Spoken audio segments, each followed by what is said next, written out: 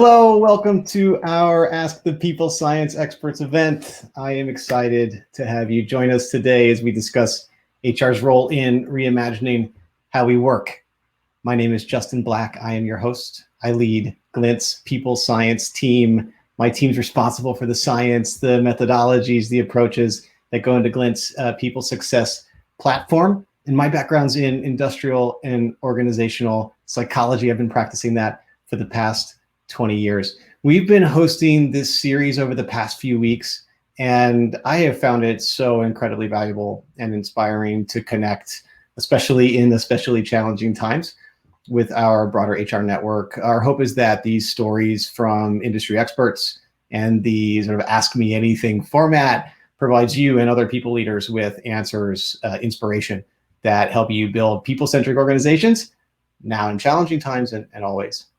Today, I am so thrilled to be sitting down with Josh Bersin, a global industry analyst, a thought leader, an educator, an entrepreneur, and someone I haven't seen in 2 years since we had dinner together in Miami a couple of years ago. So welcome, Josh. It's so great to have you here.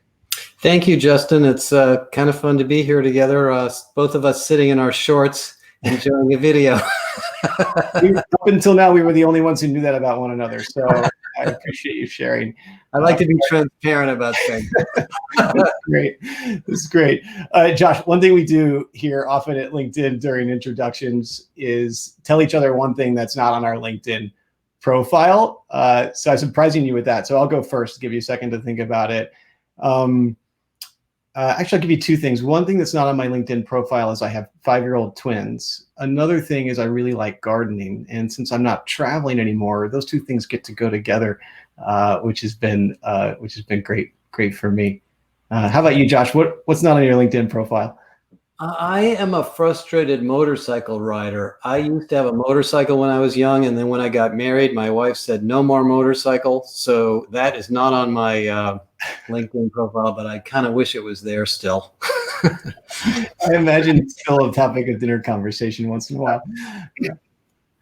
Great. Well, let's jump in. So as a reminder to the audience, we will have plenty of time to answer your questions at the end as part of this format. So please feel free to drop your questions in the comment section at any point throughout the broadcast. We're looking at those. We will address as many of those as we can at the end of the session. So Josh, there is a lot of heavy stuff going on right now. So what would you say at the highest level is on the minds of the HR professionals that you are interacting with day to day? Well, a lot. I think, first of all, this is the golden year of HR, where HR professionals are being asked to lean into a very, very difficult situation and take charge of one of the most important things in business all over the world, which is keeping people safe and keeping people productive and allowing people to take care of their home lives and their family lives and their jobs in the middle of a transformation. Because, what I think is going on, I've been studying the pandemic from the beginning, that we're actually in a business transformation in most companies. So it's a really sort of important time for HR. And I think HR is raising its visibility and its strategic importance in every single company all over the world. Yeah, thanks, Josh. Well said.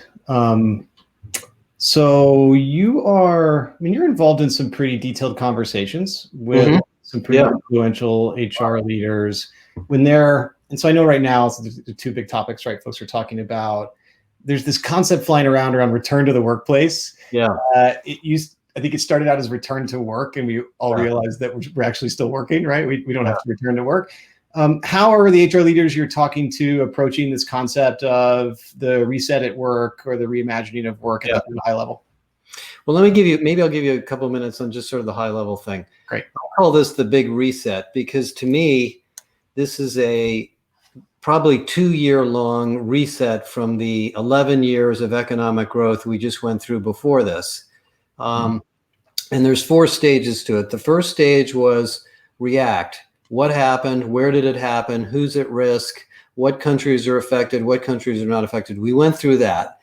Most companies are past that, but I have a feeling there's going to be more of that because the virus is coming back in certain places.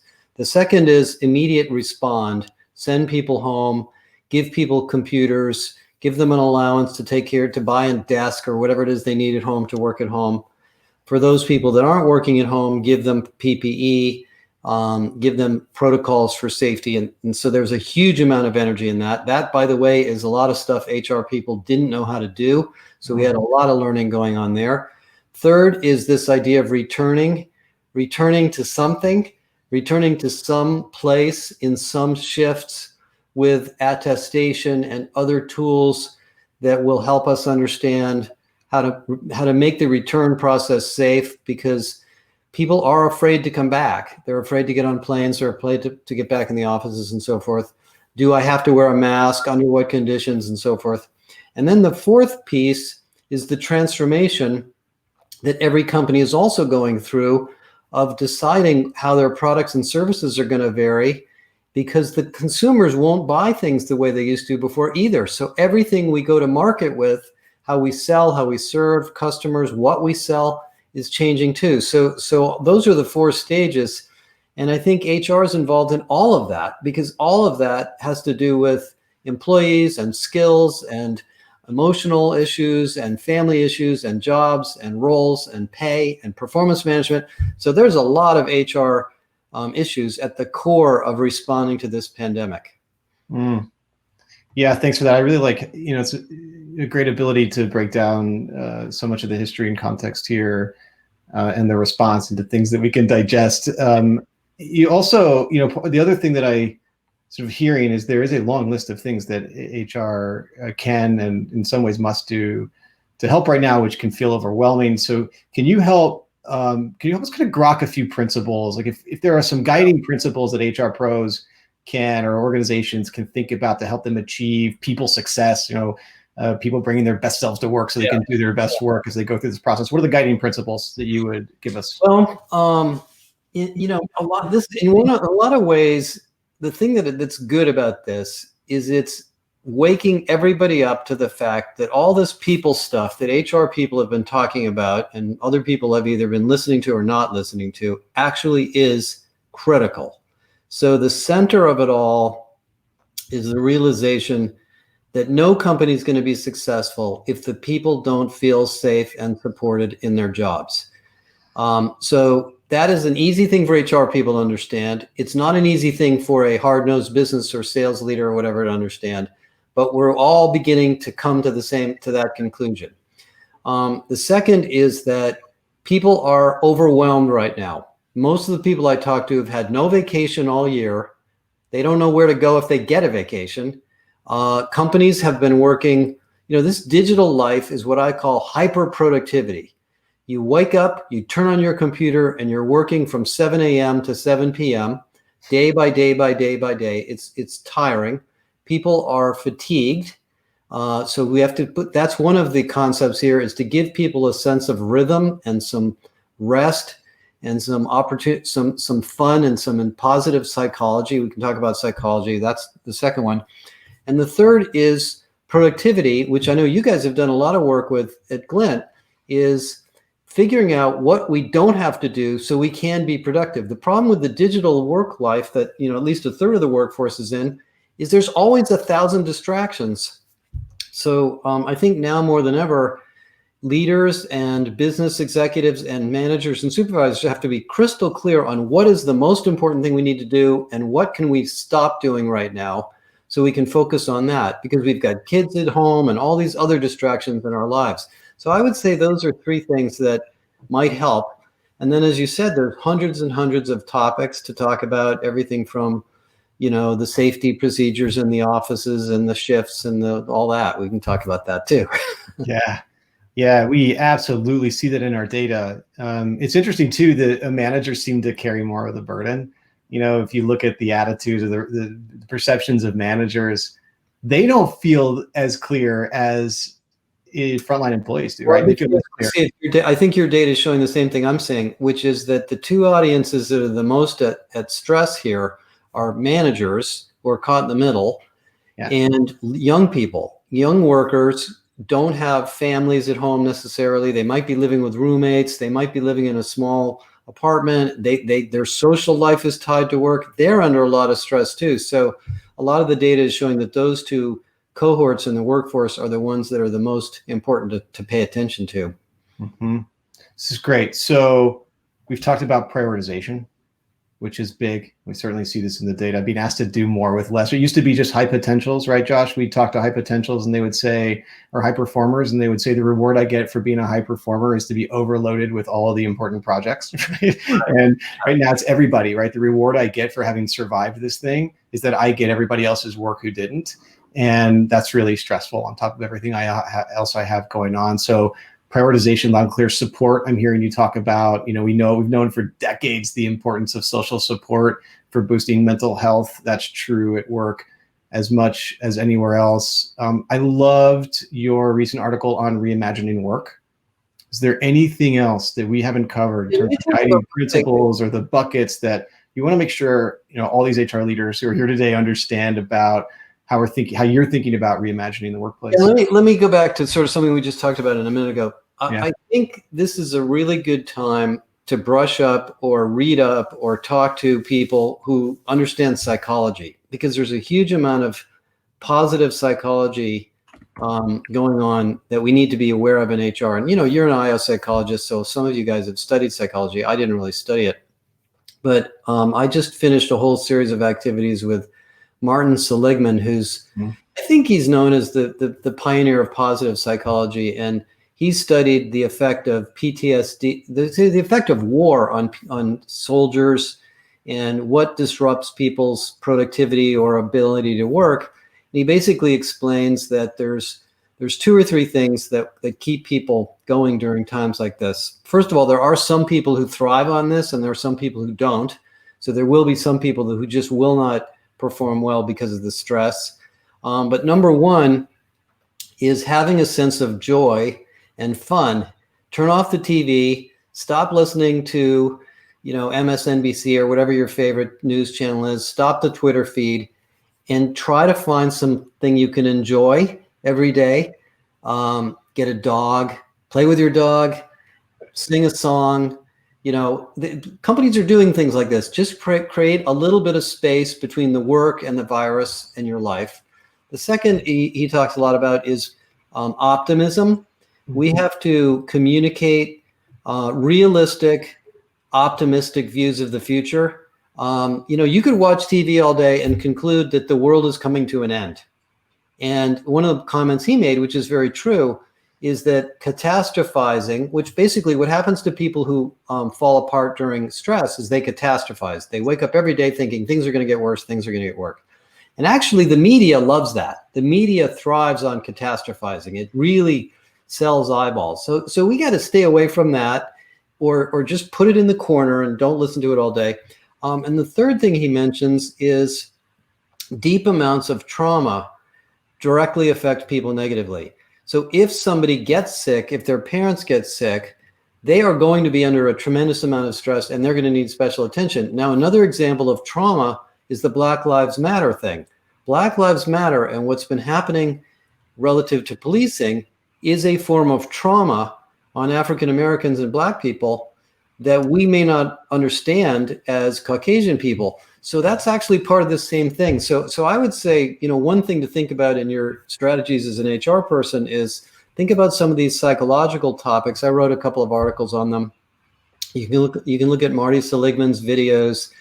You'll find there's a lot of good ideas there that actually apply to the day-to-day work experience that are very applicable right now. So that would be the other thing that I'd add.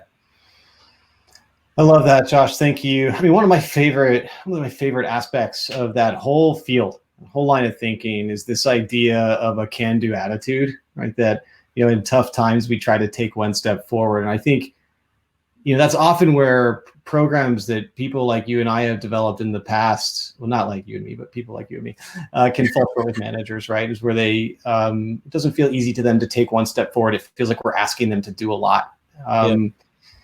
Which kind of leads me to my next question. So, as I've been talking to Glint customers, I'm hearing an increasing amount of enthusiasm for things like high quality conversations, frequent feedback, agile goals, progress and celebrate versus achieve and rest easy, mindsets to change. Much of this is in response to COVID-19 and Black Lives Matter.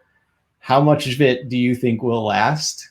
I'm happy to see it because it means, more involvement with employees and more influence from the bottom up in organizations. How much of it do you think will last?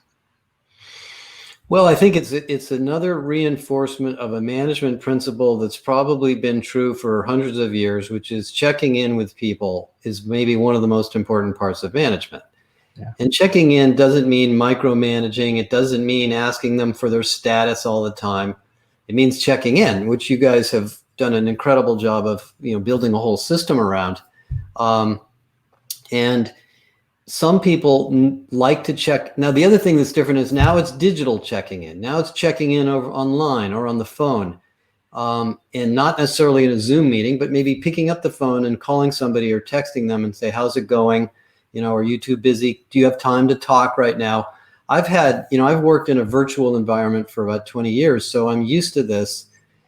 But these small interactions with people, listening to them, giving them just a note, hey, I'm here if you need any help. What's going on? Are you okay? Or, would you like to talk about this? Or I'd like to talk to you. Do you have 2 minutes? Those little things are basically what management is all about. Now, sometimes you got to leave people alone too. There's a huge amount of trust needed in this particular situation where employees are not online 24/7. You can't walk by their desk. You have to assume they're doing the right things. So one of the things I hear a lot from companies that have adopted remote work policies is managers are not used to trusting everybody. So now we have QBRs and weekly meetings and status meetings and on and on. You don't need all that. You'd be surprised once people feel comfortable in their jobs, you can kind of leave them alone and check in. But I think those are fundamental management principles that a lot of people will learn during the pandemic and probably take with them whenever we come out of this. Yeah. Thanks, Josh. I really like that. Sometimes it's as simple as just having a few questions you can ask on a regular basis, right? We don't need a survey for that. We can do that in live check-ins. I want to just come back to one more topic because we have a good amount of time for questions. Sure. And they're streaming in. There is we've talked about what it means to return. It can mean different things. It can mean to reset. It can mean to reimagine. But there is a concrete meaning for it, which is some people do need to be in workplaces right now. Yeah. And some people are returning to workplaces. Can you share just a little bit of what you've learned in terms of how leading companies are phasing into returning some people to the workplace? Sure. We have a whole bunch of return to work playbooks we've been getting from companies and looking at, and they're long. They're like 100 pages long. Depends on the type of company. If you're a retail and hospitality or like a restaurant or something, you're going to have return to work policies for the store. And then if you're a white collar kind of a company, you're going to have return to work policies for the office. And it's very complex. There's everything from the elevators to the restrooms to the cafeteria to the coffee stations, having signs on the floor that teach you what direction to walk. You don't walk right next to somebody too closely, wearing masks, having plastic, plexiglass things up. Millions of people have written up all sorts of things on that. I think the fundamental problem most companies I hear about is not all that. Those are all fairly, difficult projects in and of themselves. It's this sense of safety and will I be protected? And maybe we need to do double shifts where we rotate people in various different times so everybody doesn't show up at the same time. Do we have meetings? How many people do we have meetings with? What are the protocols for sitting down in the office together? And if I feel sick, and I don't come to work, am I going to get sick pay? By the way, a lot of people came to work sick because they didn't want to miss out on their pay. That's got to change, obviously. What happened to my performance management goals? Am I responsible for all these metrics you guys set for me last year? Companies are relaxing all that.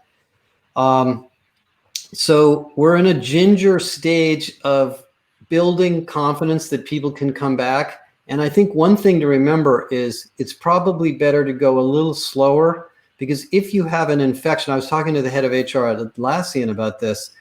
She said, we're a little bit afraid. We had a few outbreaks in a few of our offices. And the problem is, as soon as we had an outbreak, everybody just went home. And now I have to start from scratch, convincing people that it's okay to come back. Mm-hmm. So I think you have to, take it slow and make sure you don't have one of those sort of back steps, if possible.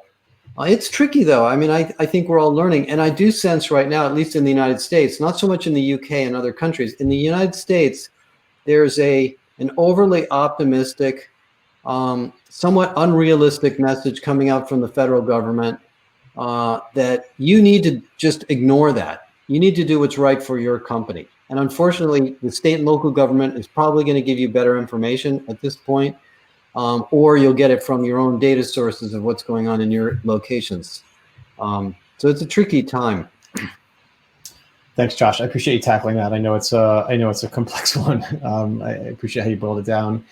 Is there anything else before we move to questions that? One more thing. I'll tell you one more thing that I think I would just like to remind people, because I think we probably have a lot of people from different countries. Fundamentally, and this as a psychologist, as an IO psychologist and running the Glint science, people come to work because they like the work. They like the job. They like the role. They like the people they serve. They like the customers. So there's a fundamental desire of everybody in the world to go back to work. So draw upon that as the key to get people to engage in the right way with your company. This isn't an issue of this is not a recession caused by a lack of demand. There's a lot of money in the economy and there's a lot of people buying a lot of things. We just have to figure out how to fulfill that demand in a little bit more of an antiseptic way and give people the opportunity to be the person they want to be in the job they want to have. If you kind of remember that, these are all sort of safety and enabling programs we're working on to enable that to happen. I talk to tech companies where the people are more engaged and excited about their jobs than they ever have been, because they're able to do things at home and online, and they have this new mission of supporting customers in a new way. So there's a lot of passion in the workforce to get back to the roles that they had. And I think if you just sort of think about that in your program designs, you'll realize that it's a little bit easier than you think to get people engaged, as long as you do it in a safe way. So I would just remind you of that. What a great place to wrap the first part, Josh. Thank you so much. I could talk to you all day. Let's get to some audience questions, because that's what I think you and I are most excited about anyway. So as a reminder, you can drop your questions into the comment section at any time. A few of you shared questions in advance, so we'll start with those, but please continue to raise questions as the conversation continues. Let's start with Hassan, who shared a question before the event. So Josh, one question is, what would be the ideal way for performance management to happen in a period of great uncertainty, where the process of goal setting and reviews and KPIs will make it challenging to be measured, as people don't have an answer to forecast into the future, right? I can't forecast my targets. How can it be held against them? What's your take on that? Well, I'm going to make a very radical suggestion, and some of you are going to think this is stupid, but I'm going to say it anyway. Right now, all the performance goals you probably had from last year are probably semi-irrelevant. So, I've talked to investment banks where there's a bonus of 200 or 300% of salary riding on June 30th numbers. I think the thing to do right now is relax all of that stuff, make sure people are paid fairly, and take a break. You don't know what the business goals are going to be for the next quarter. I think it's going to be very hard to set them. If your salespeople have quotas, some of them are going to make them. It depends on the business you're in. If you're in a business that's in the hospitality or retail, you're not going to come close to making them. So I think you should take a pause on performance management, give people fair pay through the pandemic, equalize it and make it as fair as you can, and think about resetting this stuff in the fall when it's a little bit clearer where the business is going to go. I mean, you can't throw the process out. We want to continue the conversations and the check-ins and the goals. And if there's operational goals and projects, absolutely, those things should still be there. But most people are doing heroic things in every role, not just HR. I mean, everybody's rolling up their sleeves doing things that they were never asked to do early in the year, and they're doing them amazingly well. So I think you make it as agile and short-term as possible, and relax a lot of the long-term goals that you had, and make sure you're paying people fairly, because it's going to be very hard to evaluate people fairly in the middle of this, all these new factors that have entered the workforce. So that's my suggestion on performance management. And if anybody wants to talk to me directly about their situation, I'll be happy to try to help you. Great. Thank you, Josh. Dane also submitted a pre-event question. Many employees have now become more experienced communicating virtually with diverse colleagues across cultures and geographic expanses. How can organizations sustain and build on this growing practice to optimize performance and strengthen culture? Yeah, communications. I mean, listen, there's a lot of you who've worked for tech companies that have had virtual communications forever. And so this isn't the beginning of this. I'm amazed how well people are communicating online. I don't hear any complaints about this. I hear companies having stand-up meetings, the CEOs broadcasting from their house with their dog in the back, high amounts of transparency. One of the companies we talked to very early in the pandemic, it's a big insurance company in Europe, said, for 20 years, we've been trying to build transparency into our culture. In the last 2 weeks, we did it. We became transparent. So I think most companies are finding that the opening up the lines of communications has been just totally positive. I just finished a call this morning with Honest Burgers, which is a burger company with hamburger chain all over the UK, and they created a new platform for communication based on Workplace from Facebook, which is a communication tool. And she said, we just shut down email. We said, we're not going to use email, just use this. And everybody's communicating beautifully. Now that's in one country, but there's like 40 or 50 stores. Communication is, people want to talk to each other right now. So most of these things are probably a little easier than you realize. Yeah. I mean, the funny thing about it is a lot of companies had like a 2-year plan to roll out Microsoft Teams. And then they rolled it out over a weekend and it worked fine. So maybe we were over-engineering a lot of that. We never do that in HR, Josh. What are you talking about? Or IT. Great. Thanks, Josh. Lisa asked a question live, which comes back to your comments about returning to the workplace, but asked, I think, a pointed question about, okay, what about 12 months from now? So we've been focused on the now for safe return. What's next? What do you think will be the most critical areas for HR and OD professionals in the next year? Well, something that's going on that's very interesting. If you remember back in December, January, and the year before, we were talking about the future of work. And we were talking about it in the context of the fourth industrial revolution and robotics and AI and people losing their jobs and all that. Well, that actually is happening now. Everybody is going through the future of work in real time. So every job in just about every company, whether you're a flight attendant or a software engineer, is a little bit different than it was in January. And so those transformation projects that seemed like they were sort of long-term consultant driven, they're just happening in real time. And as an HR profession, and for all of you online as HR people, you need to be a part of that. In most companies, the HR team has somebody involved in all of those activities. And that's something you now can do directly without having to build a big long-term project about what the future might look like. The future is happening right before our eyes. So workforce transformation is real. And you got to look at job design, tools, productivity, training, skills, alignment, rewards. All of that stuff you guys know about as HR people needs to be brought into the conversation about, when we do this reorganization and change all these jobs, what do we do about all this HR stuff? So it's actually kind of a very exciting time. What I've been sort of trying to tell HR people is this is going to be a very hard year. You're going to work a lot of hours. You're going to probably not get so much sleep, but you're going to learn a huge amount. This is like the biggest learning experience of your career happening this particular year and probably next year. So if you can get your energy level up, these are projects where everybody needs our help. Yeah.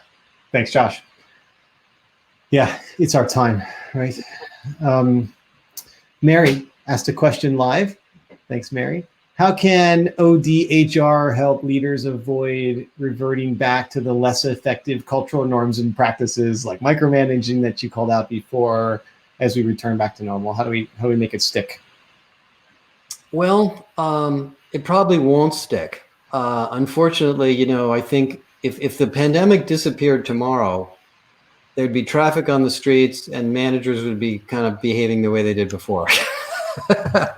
I think what you can do now, the way to get this to stick is to, and a lot of companies are doing this, is to look at your company's principles and values and whatever's on the walls in your company. Everybody has these things, and revisit them in a serious way with your leadership team and spend some time talking about them, because the employees want to know what the company is all about. And then when we come out of this and we don't have quite so many workplace safety issues, you can revisit them and say, remember during the pandemic, we were talking about empathy. Remember we were talking about patience. One of the things I've observed, and I just want to mention this, I have done a lot of research on what I call power skills, which are the soft skills. And, those are the skills that really matter in business, more than technical skills generally. And the ones that are becoming more popular are words that aren't normally in the HR lexicon. So forgiveness, patience, thankfulness, empathy, listening. These are words that are coming up in conversations, but they're not in the corporate competency model, and they may not be sitting around in the corporate manifesto of how we run our company, but they're getting there. I just was on this call with ADP this morning, and one of the principles of ADP is that every person matters. And so some of these, kind of things that sounded a little silly during the upcycle of the economy are coming back. So I think if you institutionalize some of those now, when we come out of this, I think leaders will remember a lot of this. Yeah, thanks, Josh. Viga asked a question I've been thinking a lot about lately around well-being. It's gaining a lot of importance. Do you think old regular functions like performance management will start to take a backseat to systems of record? Start to take a backseat. That was my phrase, not Viga's. To systems of development. Well, these systems of record are always going to be necessary. We're never going to get rid of those. They're definitely less useful and strategic than everybody thought they would be. I think first of all, I wrote a big article about you guys the other day, and I was very positive because you've taken sort of a very unique approach to engagement, surveys, performance management, development, and stitched it together in a very integrated way. That is what every company is trying to do. Every company is trying to figure out how to take the job design, performance issues, and the learning and sort of connect it all together. This example this morning, on my call with the hamburger guys in the UK, she said, one of the things we have is people want super rare hamburgers. And a super rare hamburger is a risk for us, that there's going to be an infection in it and somebody could get sick. So we have a whole training program on that. And when somebody orders a super rare hamburger, they get this little video on how to be careful and do it correctly. Those kinds of things are becoming really easy to do and really a part of the work experience. As it relates to well-being, the well-being industry is kind of interesting. It's a giant industry. It's 40 or 50 billion dollars. And for the last economic cycle, well-being was about, unlimited vacation, commute allowances, free food, whatever it is, sort of frills and all sorts of benefits. Now well-being is about, hey, I got my kids at home. I can't come to this conference call. Can I take an hour off? Or I need I need some help with my stress level at home, or I have a sore back. I mean, it's all sorts of very tactical things that are the lower part of the Maslow's hierarchy right now. And so for those of you that have well-being programs, those are becoming part of leadership development. They're becoming a part of management development. How do we teach leaders how to focus on well-being issues. We can pick up a lot of that stuff that we were doing before the pandemic, and now we can use it for these more tactical problems people have on just staying healthy and aligned. And by the way, the financial well-being problem hasn't gone away. Most of the people who lost their jobs in the pandemic, 80% of them were people that make less than $40,000 a year. So there's going to be a lot more issues on giving people enough financial security so that they can come to work and feel comfortable they have the time and the energy to be at work. So that's still going to be there too. Yeah, thanks, Josh. Miranda asked a question live. How far in advance do you begin to set expectations about the new normal and what the return to the physical office looks like? So you said take your time. What's the expectation setting look like? Well, one of the most difficult things to think about right now is the fact that, and several HR people have said to this, the employees want certainty. They want to know, when are things going to go back to the way they are? I'll feel better when everything settles down, right? I mean, I've heard this 100 times. They're not going to settle down. I think we have to teach people, including ourselves, how to be comfortable in uncertainty. Uncertainty doesn't mean chaos. It doesn't mean things are going to be bad. It just means we don't know everything that's going to happen day by day. But we are going to take care of it, and we are going to deal with it, and we have processes in place to adapt and respond. That's the real big message about resilience that's come out of the pandemic. I have a whole bunch of stuff I've written on this about how the military does this. It's basically operating going forward in a world where there will be changes day by day, but they're going to be okay, and you're going to be taken care of. And we as a management team are setting ourselves up to respond to that, as opposed to pretty soon this will all be over. Because that's actually not true. Yeah. And when you say things like that, you lose credibility. And by the way, if you've ever worked for a startup, which I have, and I'm doing it again, that's the way startups operate. That's the way a lot of companies operate. We used to call it agility. We used to call it innovation. We used to try to get companies to be more responsive like that. Well, now it's sort of inbred into the culture. So that's the way I would think about it, is try to avoid telling people it's about to go back to normal, because I don't think it is. I mean, if you think it's going to go back to normal, great. Then you're one of the few companies that actually believes that. I just don't think it's going to be that way for a while. Yeah, I agree. Megan asked a question live. What types of specific metrics should companies track during their return to workplace initiative to make sure that they're doing that successfully? Well, there's some very simple metrics that are coming up in a lot of these return to work tools that I think are kind of interesting. Every day, most companies have what is called an attestation, which is, do you have any symptoms of, do you have a fever, sore throat, anything like that? Does anybody in your family have any of those symptoms? Are you ready to go back to work? How confident do you feel about the office? Do you feel safe? Those sound like silly questions, but actually they're really important. If you ask those questions every day, and by the way, you guys at Glint you probably have stuff off the shelf for doing this. I do.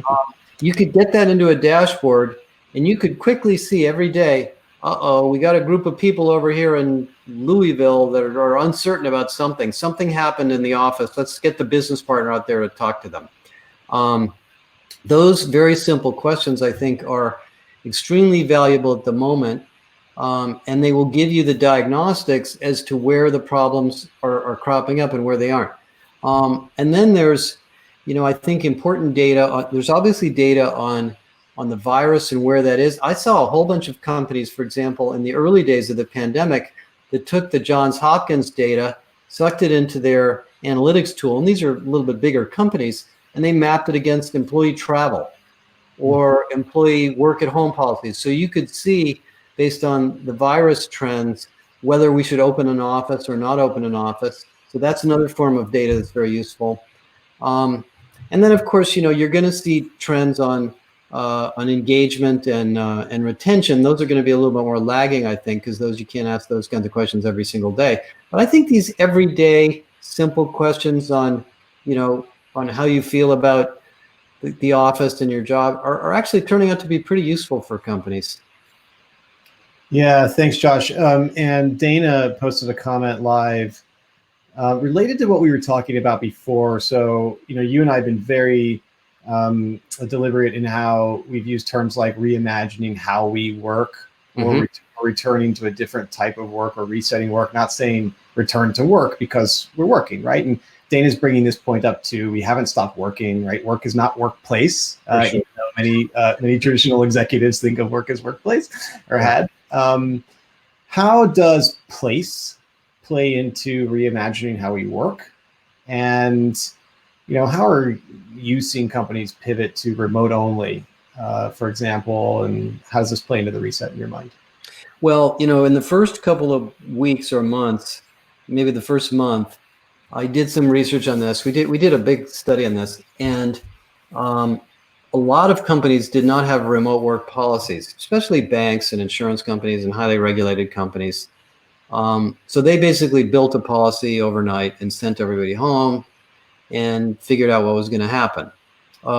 And most of the stories were, wow, worked really well. It was a lot better than we thought. There are some new issues. There's issues of communication and trust, and being crystal clear on what people's responsibilities are, because you can't walk up to them every day and chat with them about it. But for the most part, the remote work has worked really well. Now we're finding out, despite these sort of ridiculous press releases from, I thought the really funny one was Twitter, who said, you can work at home for the rest of your life. And I thought, A, nobody wants to work at Twitter for the rest of their life. B, nobody wants to work at home for the rest of their life. But anyway, it was a nice kind of PR idea. But now they're finding, it's not enough to be at home all the time. I went through this when I was working for a consulting firm. There are times when you need to meet people face to face. There are times when you maybe do meet in a coffee shop, or you go to the office and work out something face to face, or you have a design session where you can go. I was in a call the other day with somebody, and they said, I wish we could get you in the office and do this on a whiteboard. And, because you can't do it online quite as well. So it's going to be a hybrid experience of some physical time together and a lot more time in the separated world. And I think, companies that are in the tech industry or consulting firms understand this. If you work for a consulting firm, those of you that have not done this, you're kind of like, you can work anywhere. You take your computer, you check into the office, there's a table, you log in, there's a phone, you work, and then you go back to your house or somewhere else, or you go to a client. It works fine. It's a lot more workable than people realize. I think the more difficult situation is, I have a manufacturing plant, I have a store, and we have to have people in there. And so we've got to separate them and make sure that we don't, kind of pass things back and forth. So that to me is a little trickier, but remote work is a proven approach. We have a whole boot camp on this in our academy that's filled with people talking about the things they're doing, and lots of creative ideas on how to make this work. Great. Thanks, Josh. Let's go last question. There are a lot. We're not going to get to a lot, but I'll tell everybody where they can get them answered over the coming days. Last question's from Martin live. What's your thought on this driving a change to the manager role, and how companies should think around managing as a practice themselves?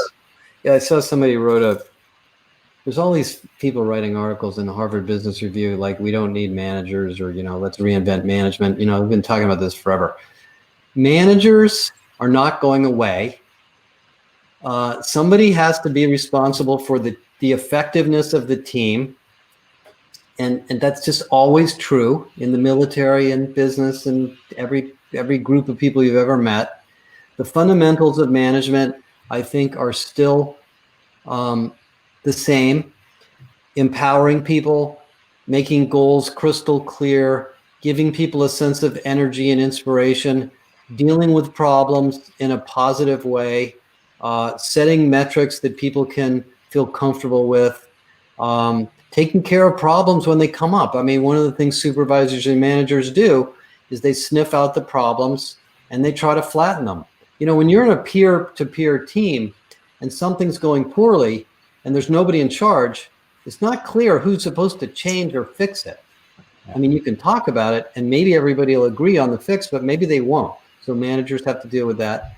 And then managers have to decide who to hire, who not to hire, who to promote, who not to promote, etc. Those problems are not going away.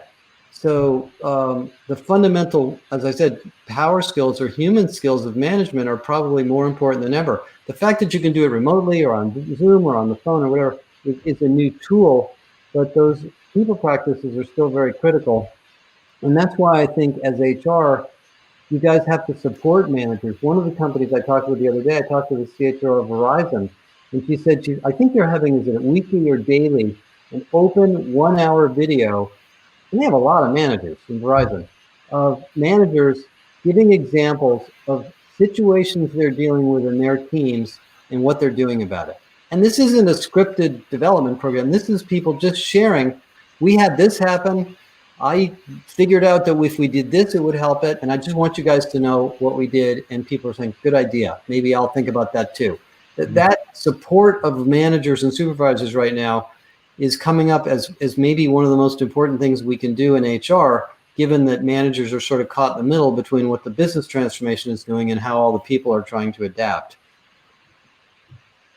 Josh, what a great way to end on positive modeling. That's fantastic. It's perfect. The questions were wonderful. Thank you to the audience for sharing them. Unfortunately, it is time to wrap up. I want to thank you again, Josh, for being here today. Just a reminder to everyone that you can go to the People Success Forum LinkedIn group and ask any of your questions there. We'll also put some of these questions over to start discussions.